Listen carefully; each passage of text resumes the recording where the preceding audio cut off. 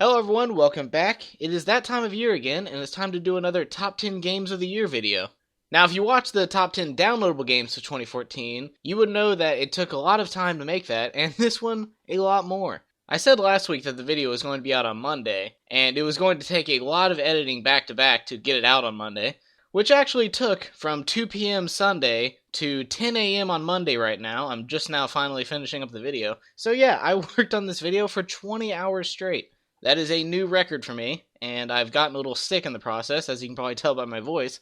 But yeah, I have not slept in over 20 hours because I was awake before then, and I've been sitting in this chair for hours. So it's good to finally be done, and I could have waited until Tuesday, but I said it was Monday, so I couldn't really go back on it.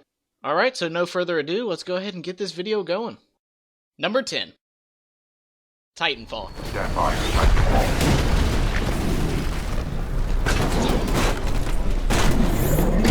AI offline. Pilot mode engaged.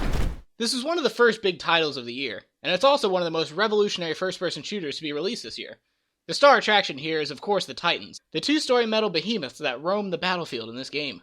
Having the ability to go from fighting on the ground to fighting in a big mech is an incredible gameplay mechanic, and it makes for some intense battles. You have 3 Titan models to choose from, but I almost always go for the Strider Titan. He may be weak when it comes to taking damage, but you can speed around the map so fast that they can't even hit you. So as long as you're a skilled pilot, then you can easily take down anything that comes at you.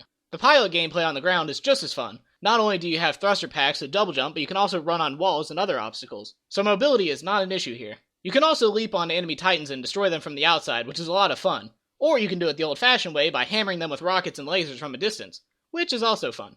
After playing this game non-stop for a month straight, I took a pretty long break from it, and I'm glad I did. Because when I came back to start playing it again in the fall, it was packed with new content. Taking a note from Bungie's book from their Halo days, they added a ton of new game types and features to the game through free updates. I also came back just in time to buy the season pass of downloadable maps for $8, which is a crazy price drop. The game that exists today is vastly different from the one that was released, and that is something I like to see in game developers. It is held back from a higher position on the list because of one thing though, and that's the lack of a story mode.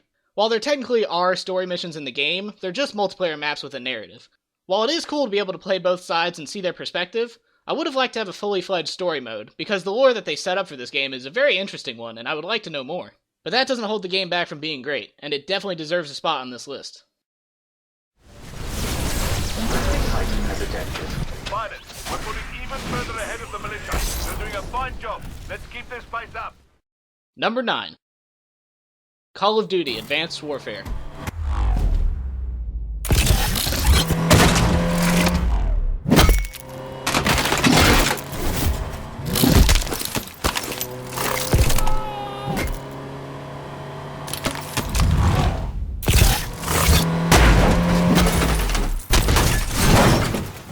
The Call of Duty franchise has been criticized in recent years for churning out very similar games each year with little improvements to the game, and it has been well deserved for the most part. But now a third developer, Sledgehammer Games, is in the mix.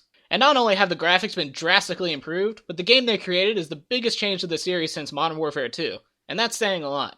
Call of Duty games in the past have felt a little stiff in the controls, well this game throws that right out the window. Thanks to the new addition of an exoskeleton suit, you now have the ability to boost and dash all over the place, and let me tell you, it's pretty damn fun to do. It's a whole new level to the competitive multiplayer that never existed before, and it even goes past Titanfall in terms of mobility. You can strafe left and right, boost forward or backwards, boost up or down, or you can combine them all for some pretty sweet maneuvers. It adds a level of skill to the multiplayer that just wasn't there before.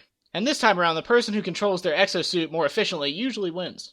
The story this time around puts you in the shoes of a former soldier who has been discharged because he lost an arm, but he soon joins Atlas where he gains a new arm and a new reason to fight. The acting in this game is great, and it's yet another example of how games are moving in the direction of not only being in competition with TV and movies, but being the new king of entertainment. It definitely helps having Kevin Spacey along for the ride as the main antagonist. He not only gives a great performance, but at times his evil plans even sound reasonable. And when the bad guy has the ability to convince you, then you know he's good at what he does. I really hope that this is the direction that the Call of Duty series is going in. And hopefully the fact that each developer has 3 years to make their games now means that the quality will continue to improve.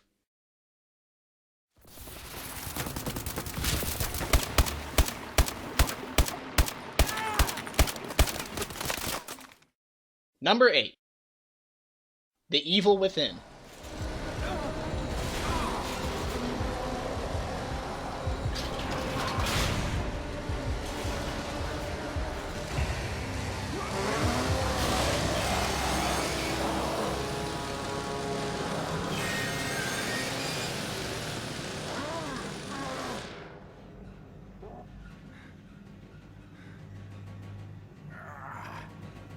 This game is pretty intense. It certainly does not disappoint if you're looking for a game to keep you awake at night. You start off as a police investigator responding to a mass murder at a hospital, and minutes into arriving, things go downhill pretty quickly. You wake up chained upside down from the ceiling, surrounded by dead bodies, and a big monster of a man going around and cutting them up. You soon escape, but it's not much better on the outside either. For some unexplained reason, the city is falling apart, and you have to get out of there before you're swallowed up by it. Once you're out, though, you have to deal with zombies next. Just short of being eaten by a dragon or a sea monster, the main character of this game has to be the most unlucky protagonist of the year. Nevertheless, you're now in survival mode, and if you're not careful, you could die very quickly. The game gives a very Resident Evil feel when it comes to controls, but I kind of feel like I'm playing The Last of Us sometimes as well. It has a stealth mechanic that is a very nice addition to this genre, and it gives you a more controlled approach to encounters. You can slowly take them down one by stabbing them in the back of the head Walking Dead style, or you can channel Left 4 Dead and go in there guns blazing. I would advise strongly against that route, however, since ammo is very limited and a headshot isn't always going to kill them with one bullet. You can never be too safe either, so the game gives you the option to burn dead bodies so that you can be sure that they won't come back. Most of the time they stay dead, but I've been jumped several times by supposedly dead bodies when my back was turned, so it's always better to play it safe. This game is great for spooky game lovers, but for the lighthearted this might be one to avoid, given the grisly violence and the theme of horror that follows you around every corner. So if that kind of thing sounds good to you, then grab a gun, some jars of brains, and healing syringes, because it's going to be a long night.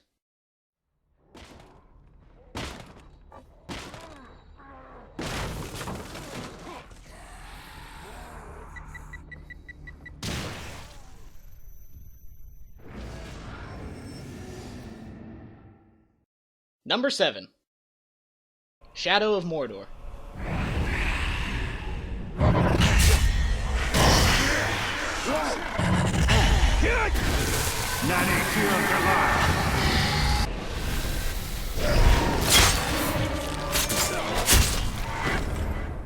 Ever since I heard about the Nemesis system, I was really looking forward to this game, and it definitely is the star of the show here. For those who don't know, the Nemesis system is a genius new idea that changes the game based on your actions in a way never seen before. The subplot of this game is finding captains in the orc army and killing them, and each one has their own unique motives, weaknesses, strengths, and methods of fighting, so each one will give you a different challenge. This is where the Nemesis system steps in, because if a random enemy kills you, he will now become a captain, and if a captain kills you, then he will rise up through the ranks. Not only that, but they will remember your last encounter, and whatever you did last time, he will remember. If you ran from the fight, he will go on about how much of a coward you are. If you let him live, he'll tell you how big of a mistake that was.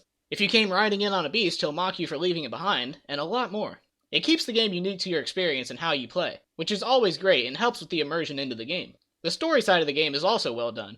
You play as a ranger of Gondor who is hunting down the Black Hand of Sauron to take his revenge. Along the way, he gets merged with the spirit of an unknown wraith with similar goals, and the two try to find a way not only to complete their quest, but to release the curse put on them so they can go back to normal. If anyone has played the Batman Arkham series, then the fighting in this game will be very familiar. And since I love that series, I feel right at home playing this game. The wraith powers bring the action to a new level as well, especially when you can instantly warp to someone hundreds of feet away and stab them in the face, or brainwash a captain into trying to assassinate his superior.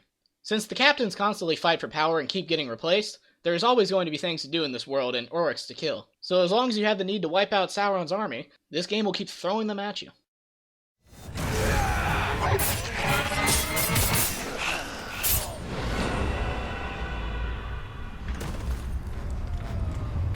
You die as you lived. Number 6. Destiny.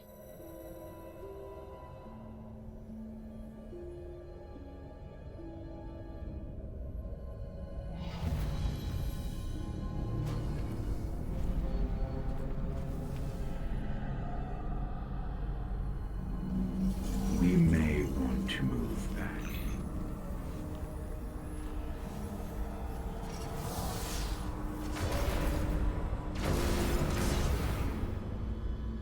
When I first picked up Destiny, I assumed it would be Game of the Year material, not only because of the hype that surrounded it, but because I played the beta and the gameplay was solid. Unfortunately, it is not as of now, mainly due to Bungie flat out misleading people about content that never existed in the final game, and the numerous bugs that plagued it long after launch. I'm going to start by first talking about the positive aspects of the game, because the majority of my views on this game are positive. First off, you'll notice that it has that signature Bungie look, and the gameplay is just as good as you would expect from them. The game gives you the promise of loot hunting and exploring planets, and does deliver on both of those. Mostly. While the raids and Nightfall strikes are very challenging, they're also the best parts of the game, especially in the raids because it takes you on an epic quest through puzzles, locations you can't go to otherwise, and big boss fights. Whether you're doing the main story, strikes, raids, or the Crucible, you will find a lot to enjoy with this game. Now, let's move on to where this game is lacking. For starters, naming the main enemy the Darkness was a great choice, because this game is currently shockingly void of content. True, you do have a story, but when you're not defending your ghost for the 20th time, the story they do give is extremely minimal. Giant Orb ushers in a golden era for mankind, many planets can now be inhabited by humans, bad guys followed this orb, humans are in trouble, you are dead for some reason, you are revived somehow, you are also extremely powerful, now go save the galaxy. That is honestly the most cohesive story you will get out of this entire game. Any line of dialogue you do get just further confuses you with new unexplained plot points rather than explain what is currently confusing you. You can learn more about the story by going to the Bungie website, but who wants to leave their game and hop on the internet just to get some real storytelling? On top of that, most of the missions are very repetitive, and so are the strike missions. The bosses that you fight at the end of each strike are just larger versions of regular enemies, which is just lazy character design, and they soak up so much damage that the fight gets old quickly. The raids are awesome, but it's difficult to find anyone decent to play with, and for whatever reason it's the only game mode that doesn't let you match up with random people. They do give you multiple planets to explore, but they're so empty outside of missions that there really isn't any reason to go to them aside from completing bounties or collecting materials. And some people, like myself, are confused about this, but where is Mercury? You have one multiplayer map, and that's it. I don't know if they're planning on adding it in the future, but it's kind of odd to talk about it in the main cutscene and have a multiplayer map for a planet that you can't go to. But I digress. The loot system in this game is probably the worst I've seen in a while. You never really feel like you earned it. You can complete a raid or nightfall strike and get next to nothing, or you can get 0 kills in multiplayer and get an exotic weapon. The loot is randomly generated in the worst way possible. There are 0 factors for skill when it comes to getting loot drops in this game. Granted, a lot of the issues have been fixed since launch, and if you pick up the game today, it won't be nearly as broken as it was in the first month of release. And with the way they're talking about this game, it sounds like they're going to treat it like most MMOs and add more content over time. But you can't judge a game based on what it could be sometime in the future. You have to judge it based on what it is. And honestly, above all things, Destiny is just incomplete. Yes, it's a great game, and one I still play today, but Bungie is too experienced at making games to let this happen. Not only were big features cut from the final game, but the game was rushed out of the door before it was completed. And a DLC with a relatively small amount of content with a big $20 price tag is released not too far from launch, even though the game is currently still in need of fixing. Which is a whole other can of worms, because Xbox owners pay the same price for the DLCs as the PlayStation owners, yet the PlayStation owners get more content from them. Even though it's only exclusive for 1 year, where do we draw the line on this ridiculous exclusive content for a multi-platform game market?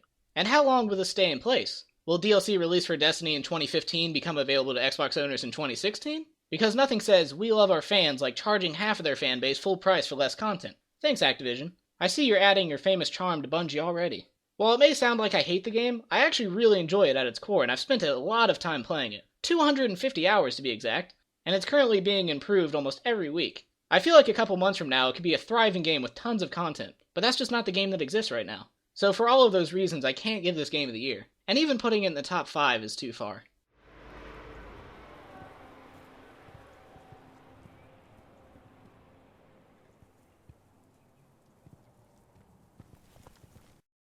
Number 5.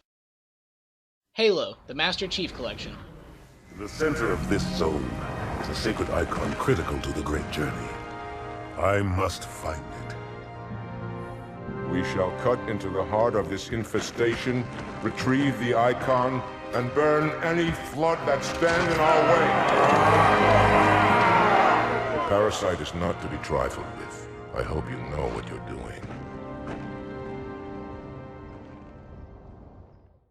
While remakes and remasterings normally aren't counted as new games, this one brings enough new content and value that it absolutely deserves a spot on this list. The main thing that sets this apart is the large amount of new content, including new story cutscenes for the upcoming game Halo 5 Guardians, but also the fact that it includes 4 improved games on one disc. Not only have Halo 1 and 2 been completely remastered, but every game runs at 60 frames per second and a higher resolution. Halo 3 looks shockingly good after all these years. Even though it hasn't been remastered, the graphics still look great, even compared to today's standards. Now, I'm not IGN, so I'm not going to make an idiotic comment saying that the game feels dated, because, and this is a crazy concept, old games tend to feel like old games. But even though Halo 1 through 3 don't have a sprint button found in most recent shooters, they still hold up surprisingly well, including Halo 2, which to this day is still my favorite Halo game and one of my favorite multiplayer experiences in any game. Which brings me to my next talking point, and it's a great one. In the multiplayer for the Master Chief Collection, Halo 1 through 4 all play in their original game engines, which is fantastic for those like myself that have been missing the Halo 2 multiplayer for years. And since I never had enough people to play on System Link, it's great to finally play the original Halo in its multiplayer. Not only does it bring all 4 of these games and every single multiplayer map from these games, but also all of their DLCs. This game, with all of its parts combined, is a $340 value, not even including all of the new content, including Halo Nightfall and the Halo 5 Guardians beta. I've always loved the Halo series, and to have all of Master Chief's adventures put into one big game is amazing. If you're looking for a game with a ton of content, replay value, and nostalgic elements, it would be hard to find one better than this. If we can just get back to Earth and find Halsey, she can fix this. Don't make a girl a promise you can't keep. Number 4. Borderlands, the pre-sequel. I got no idea who these asshole troops are or why they got a murder on for this space station, but they got me pinned. Take him out! Fight!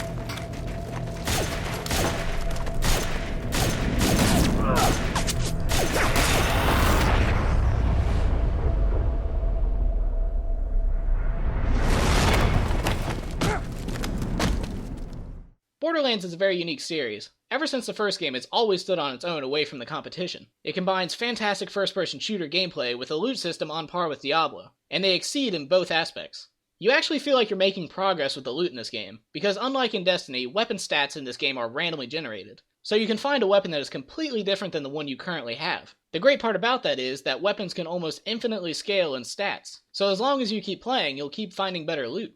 That is the main part that makes a loot hunting game in an RPG succeed. The other thing that it's known for is its humor, and of course that returns as well, along with some unique new characters that have their own playstyles made for just the right players. Don't forget Claptrap. Whether you love him or hate him, he returns as a playable character. The game itself is longer than Borderlands 1 and shorter than Borderlands 2, so there's a good amount of content here. If you're looking for a wacky story with great gameplay, this is a good choice. Or, you want to wait?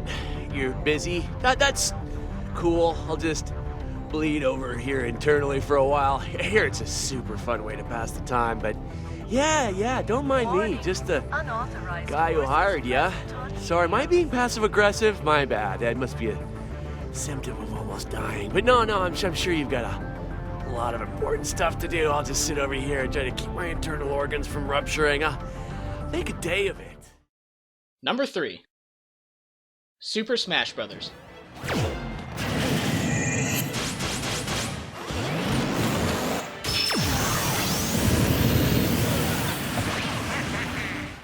It's been 6 long years since the last Super Smash Bros., and it has made a triumphant return. This game probably has the strongest roster of the series, and that's saying a lot given the lineup in Melee. This has a lot to do with adding more characters from a wider variety of game series, including Pac-Man, Punch-Out, Sonic the Hedgehog, Mega Man, Xenoblade, and Animal Crossing. You really get more of a variety with characters in this game. You have the lightning-fast hand-to-hand fighters like Little Mac, ranged fighters like Mega Man, weapons fighters like Link, and specialty fighters like Duck Hunt. The character lineup isn't the only thing that's impressive. The list of stages bring back the amazing stages from previous games along with some really great new ones, including my personal favorites Pokemon Stadium and Hyrule Castle. They also had a flurry of new game modes, more than the series has seen. Along with Classic and All-Star mode, they also had a new board game mode called Smash Tour, Smash Rush, which gives you a time limit to explore a dungeon and power up your characters for the final fight, and Special Orders, which gives you a series of missions to complete. The game also includes exclusive modes for the 3DS and Wii U. The 3DS has Smash Rush and its own version of Classic mode, whereas the Wii U gives you Smash Tour and its own version of Classic mode. You can now fight with 8 players on the Wii U version as well, so prepare for some chaos. And yes, like myself, the hype for this character was high, and Mewtwo is returning early next year. The series is not only a pioneer of the party fighting game genre, but still is the reigning king. Whatever platform you're buying this game on, you will have a ton of fun.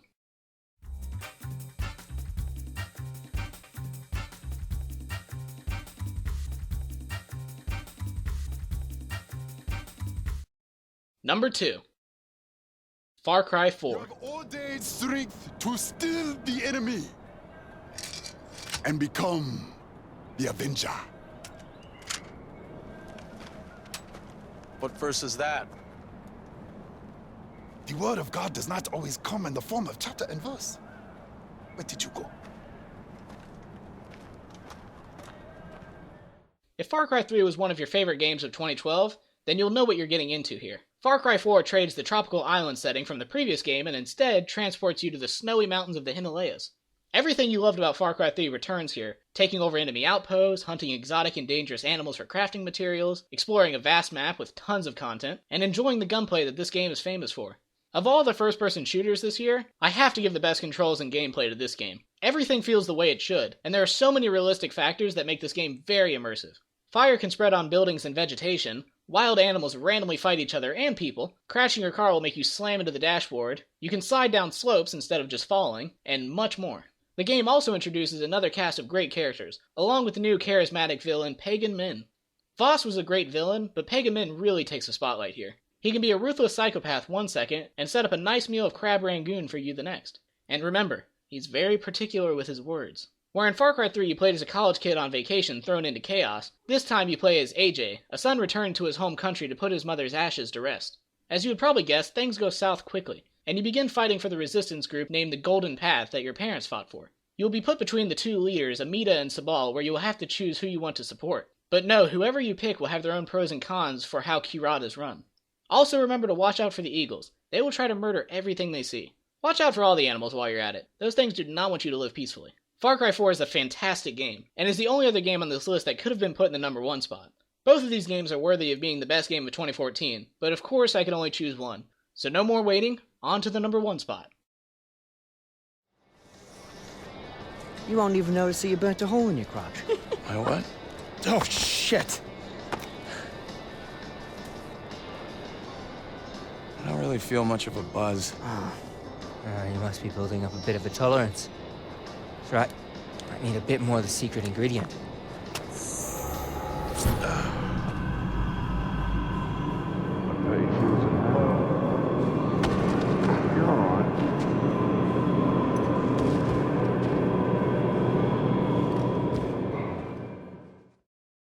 And finally, the number 1 game of 2014 is...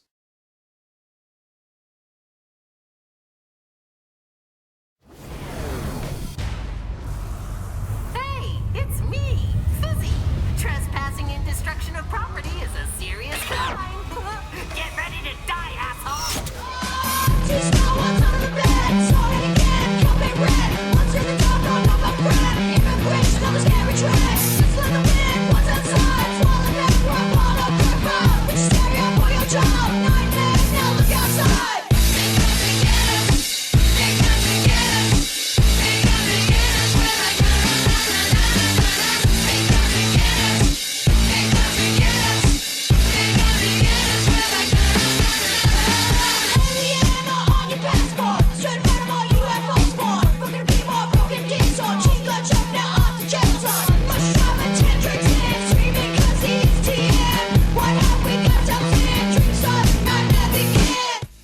Sunset Overdrive. All of the trailers leading up to this game were spot on. They definitely succeeded in creating a game that was unlike any other game this year. In a market full of first-person shooters and cover-based gunplay, Sunset Overdrive throws all of that out the window and chooses to go for high speeds and over-the-top action. You've played open-world games before, but this game takes it to a whole new level. The amount of movement is insane. If you can think of a way to move around the city, it probably already exists. You can jet across the water with nothing but your shoes, grind telephone cables, wall run on buildings, bounce off of virtually anything including bushes and fountain jets, and even air dash through the sky. It doesn't matter that it doesn't make sense, because Sunset Overdrive thrives off of it. The game realizes it's a game, and your character will break the fourth wall so many times that even Deadpool would have trouble keeping up. No more.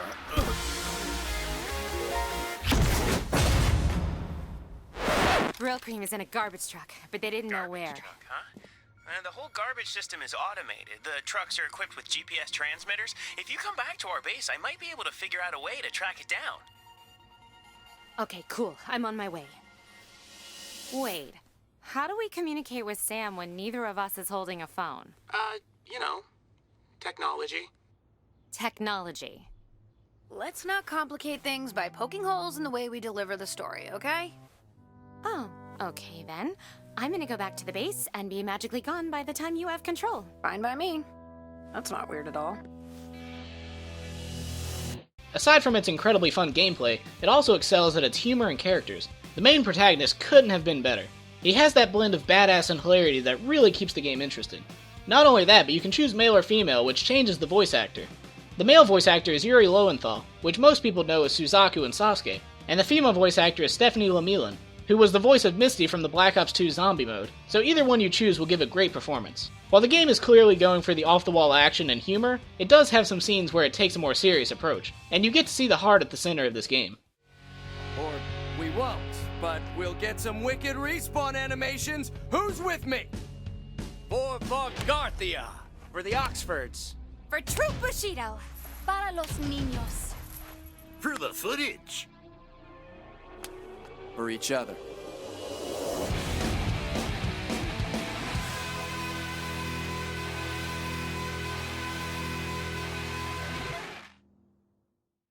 You realize this game is different the moment you start playing it, and that really weighed heavily on my decisions. All of the other top games this year were great, and definitely deserve praise, but there are a lot that just stick to one genre. I could fit the number of first-person shooters I played this year into a book bag, and while it is my favorite genre, it's nice to step out once in a while. And that's what Sunset Overdrive is. It has the best humor, the best gameplay, the best characters, the best soundtrack, the best weapons, the best of everything, really. I had a lot of moments this year where I picked up a game and after a few hours said, this might be my top pick for Game of the Year. But it wasn't until Sunset Overdrive that the words finally landed. The hype leading up to this game was off the charts, and a lot of times that ends really badly when the game finally comes out. But luckily that wasn't the case here, as this game lived up to my expectations and more. Not only does the story give you a lot of content, but with the amount of side quests, score and time trials, and the Chaos Squad co-op mode, there's a lot of replay value in this game. I had a lot of fun with this game in my first playthrough, and with the remaining side quests and upcoming DLC, I feel like I'm going to be playing this for a while. And that's why Sunset Overdrive is my top game of 2014, because where else can you hear the voice actor for SpongeBob swear at you repeatedly? Now that is how you end a game.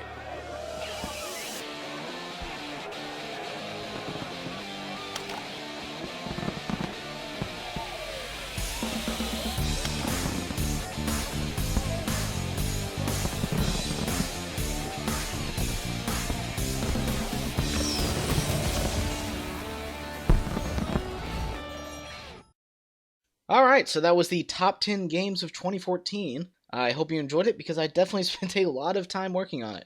And I can finally go to sleep now that it's uploaded. Yeah, that was a long time. Definitely the longest I've ever done before. Hopefully it's the max for a while. I couldn't imagine sitting in a chair for more than 20 hours. I did have occasional breaks when the video was rendering, so I'd go lay on my bed for about 7 minutes. And then, when it was done, I had to get right back up and go edit some more. So yeah, that was pretty brutal. And it definitely was a struggle.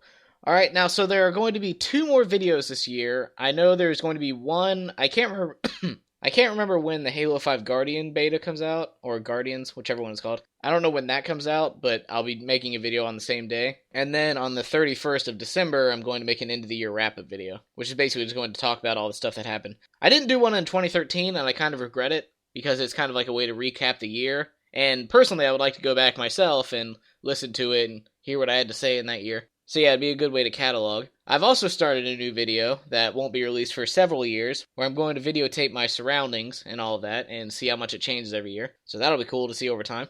So there are 2 more videos this year, and then very early January, probably the 1st or 2nd, I'm going to make a video to compare my stats from 2014, and compare those to 2013 and 2012. Because what I've been doing now, I've been keeping a spreadsheet of all the years that I do this, and checking the progress. And luckily, in 2014, in all of the 3 main areas, I have made progress from the previous years. And by quite a bit, actually. So I'll go over that in the video. I can't do it now, of course, because the year's not over, so I need to see every single day in order to compare it accurately. Alright, so anyway, hope you enjoyed it, and I will see you in about 10 days, whenever that beta comes out. Alright, see you next time.